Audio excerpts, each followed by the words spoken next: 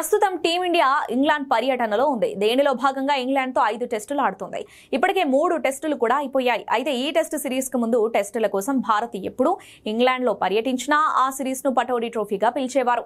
కానీ ఈ సిరీస్ నుండి దీనిని ఆండర్సన్ టెండూల్కర్ ట్రోఫీగా మార్చారు. ఇటు టీమిండియా గ్రేట్ అలాగే మాస్టర్ బ్లాస్టర్ సచిన్ టెండూల్కర్ కోసం ఈ సిరీస్ కు ఇకపై ఈ పేరు పెట్టబోతున్నట్లు పేర్కొన్నారు.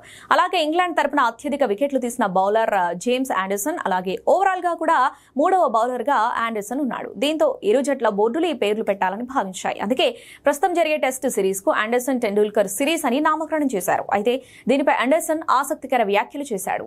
తాజాగా జేమ్స్ ఆండర్సన్ మాట్లాడుతూ, ఒక ప్లేయర్ మీద సిరీస్ ఉండటం గొప్ప విషయం. ఈ సిరీస్ కోసం నా పేరు పెట్టడం చాలా సంతోషాన్ని ఇచ్చింది. కానీ సచిన్ పక్కన నా పేరు ఉండటం ఒకంత ఆశ్చర్యానికి గురి చేసింది. అంతేకాదు ఇతని పక్కన నేను సరిపోతానా అనిపించింది. ఎందుకంటే సచిన్ ఒక లెజెండ్. నా చిన్నప్పుడు ఒక అభిమానిగా అతని ఆటని చూసా. కెరీర్ లో ప్రత్యర్థిగా కూడా ఆడాను. కానీ అప్పట్లో సచిన్ ఒక దేశాన్ని ముందుండి నడిపించారు.